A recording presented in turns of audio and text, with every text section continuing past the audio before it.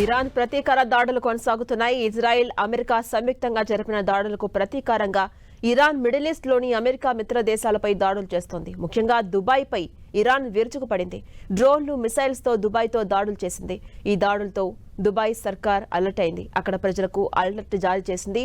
ప్రజలు సురక్షితంగా ఉండాలని అడ్వైజరీ ఇష్యూ చేసింది. ఇరాన్ దాడులతో దుబాయ్ తన ఎయిర్పోర్ట్లను మూసివేసింది.